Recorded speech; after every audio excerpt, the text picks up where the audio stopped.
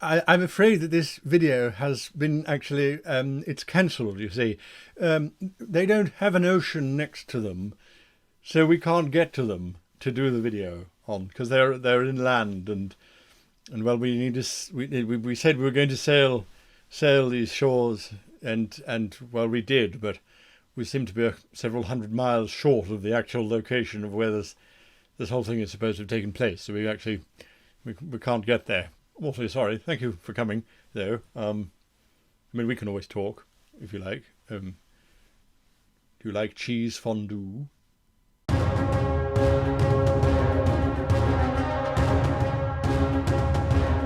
Hello and welcome to this week's episode of the Campaign Creator Series. We continue with our dives into culture, but we're changing up a little bit. We're going to be looking at it more from a cool monster world creation kind of process and less from a historical overview. So these are going to be a lot shorter, a lot more concise as per some suggestions that we've received. So there we go. Now, before we go any further, today's video is sponsored by that amazing world content creator, aggregator, map storer and pinner, information gathering, restoring, saving tool, World Anvil, worldanvil.com. Now, if you head on over to worldanvil.com and you sign up for one of their higher tier subscriptions for use of your own space, and you can control and give secrets out to players, and they can unlock codes that will give them more information, all that wonderful kind of stuff, then use the code GREATGM, and that will give you a discount that is quite significant, 20% off, as a matter of fact. So use that code, and yeah, you too can become one of the great members of World Anvil. They run competitions almost every month, or every 3 months, I think it is, where they give out some amazing prizes, and they have a huge community, a massive Discord community. Go join them.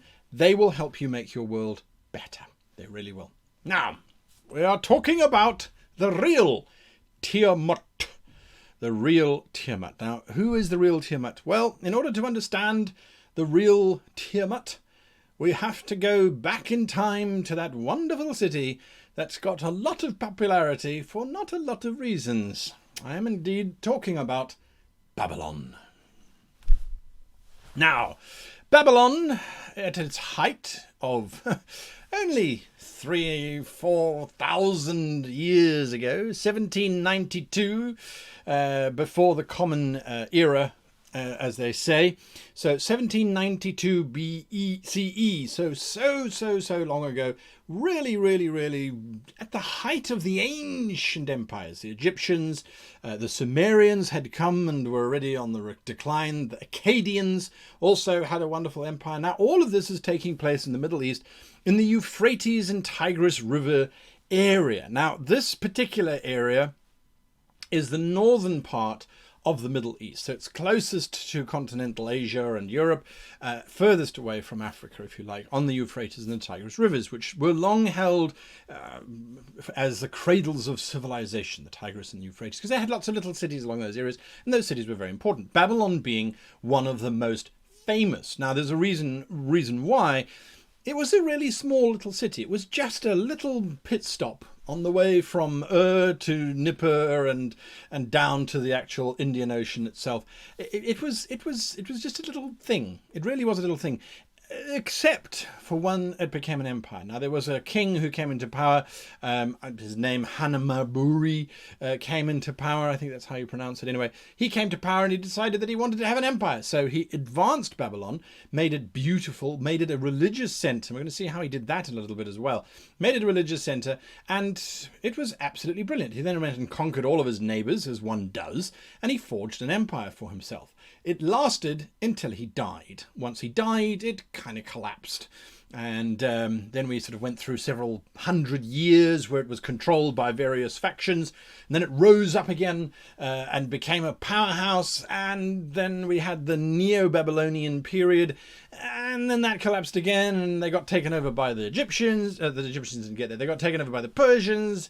Then Alexander the Great arrived and just took it over and went, "This is my city." He tried to rebuild the Tower of Babel, which is not actually the Tower of Babel, but anyway, I mean, there's a whole thing about that. We're going to get to that. He tried to rebuild it, failed, went into India to try and conquer India, got a horrendous illness, or had already had an horrendous illness, and it was made worse by fighting in India, retreated back to Babylon, and died. That's where Alexander the Great died, in Babylon. The Tower of Babel, that mythical story from the Bible where the languages were scattered after Noah's Ark's little wet episode. The Tower of Babel was supposedly based upon a real tower, the Tower of Entekhekhedi. I don't speak ancient Babylonian or any of the other languages that they spoke at that particular time, but anyway, there was a giant temple. It really was particularly large, particularly spectacular. It had been built and then destroyed and then built and then destroyed, and several leaders came along and tried to rebuild it and failed, and then eventually someone came along and said, "We shall rebuild this magnificent tower." He tripped on a rock in the ruins of this tower, got so angry that he said, right, decimated, destroyed, I want nothing left, just absolutely, I've done with this tower, I'm over it. So that was destroyed. And of course, the other famous thing that Babylon is known for is the Hanging Gardens of Babylon, except that they probably weren't actually in Babylon, but in a different city further north. As there's lots of records of a gigantic garden with amazing technology, by the way, amazing technology to get the water from ground level to the highest levels of the Hanging Gardens of Babylon. And none of that is present in the actual ruins of Babylon, but it is present in another city to the north. Now, that city to the north, that absolutely has lots of frescoes and things about amazing gardens. Babylon somehow seemed to steal the credit. Well, that's what they were very good for, as a matter of fact. We're going to learn about that as we progress in the video. But before I go too much further, we need to understand the nature of the Babylonians. And there's only one person who I know who can do that. One of the truly interesting things about living in an area is that you learn how to use that area in order to survive. As has been noted in many remarkable species, it is when the environment changes and there is no adaptation whatsoever that the species will eventually succumb to starvation and die out. When the world gives you clay, what do? Well, you develop roots that can penetrate the clay and deal with the water saturation in such a way that ultimately plants that grow in clay do better than plants that do not. When life gives you lemons, eh? Make bricks. Anyway, so yes, clay everywhere. Clay. Now, the idea of converting clay into bricks, it's nothing new. It's been done for thousands of years. Well, it was kind of new back then, because back then was new for them, and there was really not a lot of past beyond stick, stone, hit, ugh and og. It really was the supposed beginning of civilization, although there is evidence, I should say, that civilizations have been much older and the like, but nonetheless. So they had lots of clay, so they had lots of brickwork. Now, this means that the structures are going to be made out of little brick and then covered over in frescoes and tiles. And that's what Babylon did really well. They made the most impressive coloured tiles. Beautiful detailing on them, coloured in amazing colours, to the point that some of them were actually covered and coloured in gold leaf. Now, you go into one of these Babylonian temples or structures, and the tiles are brilliantly blue. Lapis lazuli would have been imported from Egypt. Lapis lazuli is a stone that gives us that wonderful blue colour, and was used up until very recently in terms of giving paint its blue colour as well. Lapis lazuli coming in from Egypt, and Sinai and that sort of area. Anyway, you would have had these beautiful tiles. Now, that's a wonderfully descriptive thing that you can add into your campaign, is these walls covered in tiles and things. You don't do that necessarily to rock. Rock doesn't require you to do brickwork. It doesn't generate these sort of terracotta red bricks, which are rather dull. Rock is this giant granite kind of stuff, and it's reassuring to be able to see the rock. At least that was one of the original design principles. Well, we can see that it's giant rock walls. We don't want to cover it with stuff. As someone who frequently gets cursed by being associated with me pointed out in one of his videos, if you build a castle out of wood and you cover it in lime and stone concrete stuff, or mortar basically, then it looks like stone. But if it looks like stone, leave it looking like stone so that everyone knows that it's made out of stone, so it's a lot more of a defensible position, a lot more intimidating. Here we had brick, so the Babylonians just covered that brick in beauty rather than in, oh, it's actually made out of stone. Because everyone can look around and go, no, it's not. There's no stone in this entire area. It's all just clay. Anyway, because of that, every stone that came into Babylon was treated as being absolutely of huge value, and as a result their gem cutting was second to none. They didn't waste a single little scrap. Some of it went into the tiles, some of it went onto beautiful jewelry. But once you start having a civilization that is dedicated to beauty, that is dedicated to this amazing artistry, some interesting things start to happen. Gold starts flowing in. Gold starts flowing in vast quantities, which means you can get more gem cutters, which means you can have more tile makers, which means you can build bigger temples, which means that you need to also have some kind of validity in terms of your power structure and kind of why you're there. It also means that you end up with a lot of leisure time, and leisure time usually involves, well, education. Touchy? As you know, there are many languages that are spoken, both verbal and non-verbal, with non-verbal contributing even more to our communication than the verbal communication. Something that we must be very aware of is the language that we use. Is it equality language? Is it inclusive language? Is there a space for that at the table? Is there no space for that at the table? These are important questions to ask. No one should be forced to speak in a certain manner or to not speak in a certain manner. However, what is important is that we speak in a manner that is respectful of others at the table, rather than saying, well, it was not like that when I was young, or I have never asked someone to do this or that for me, so why should I do it for somebody else? If that is the attitude you want to have, absolutely fine. Make sure you are sitting at a table with a whole bunch of people who have the same attitude. Otherwise, instead of aligning, we will be headbutting. We don't want that.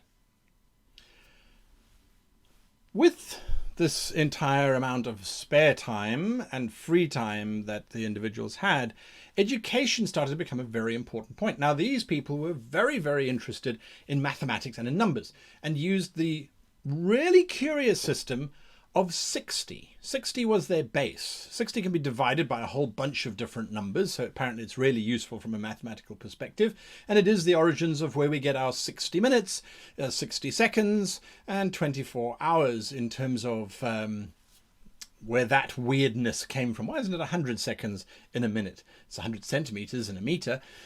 They were different systems, and we got the 60 from the Babylonians. Nonetheless, whilst the Babylonians were being educated, they decided that it would be a good idea to educate their women as well. What a weird idea! Certainly it was an interesting one, because there are some clues, there are some hints, nothing official, but there are some hints that there was a very deep-seated equality between the different groups, between the men and the women, and that this period in our history started to signify a big shift where women were no longer in charge and men were. And that all has to do with Tiamat, that wonderful creature that this whole video is supposedly about. So what does that mean? How do we get there? Well, we are going to get there. The final thought that you need to then bear in mind is that Babylon was a collection. Originally it was Sumerian. Then it was Akkadian. You don't have to know who these people were. They were just big little empires out in the Middle East who rose and fell and rose and fell. In Babylon, your law, have I gone too far? Yes, I have. I've got to change the slide. Your law was Akkadian. Your religion was Sumerian. And you had the common Babylonian tongue, which may give credence to the idea of the Tower of Babel, where you walked into Babylon and someone would yak at you in Akkadian if it was a police officer, but if a priest walked past, you'd be speaking another language, and then you'd actually go to trade and there would be a third language. So yes. So we have this very convoluted mishmash of old and new, of Babylon trying to establish itself as the principality in the area, as the creative source, as the luxurious source. We know from things like the Hanging Gardens of Babylon, which were elsewhere, we know that there was this desire to show power and wealth through great works and through the blessings, if you like, of the gods. And that is where we get to. The religion was hugely political. And as a result of this, we have this hugely creative people that have got this long history, that have got this amazing artistic expression. And they need to have one thing in order for them to be able to be truly recognized as masters of their domain. And that is, they needed to have a god who was based in their city. And to do that, well, basically, they had to kill a dragon. We'll talk more on that next week when we return with the real Tiamat, rarely. Until then, of course, again, big shout out to our sponsors, World Anvil.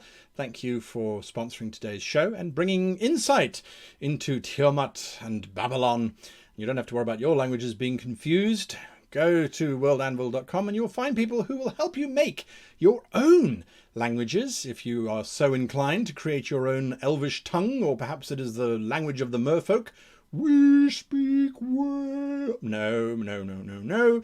Anyway, thank you to World Anvil. Thank you to you for watching. Thank you to the Babylons for being so interesting and for writing stuff down in, you guessed it, clay, because that's what they had. So we know all about them, or at least we know kind of about them.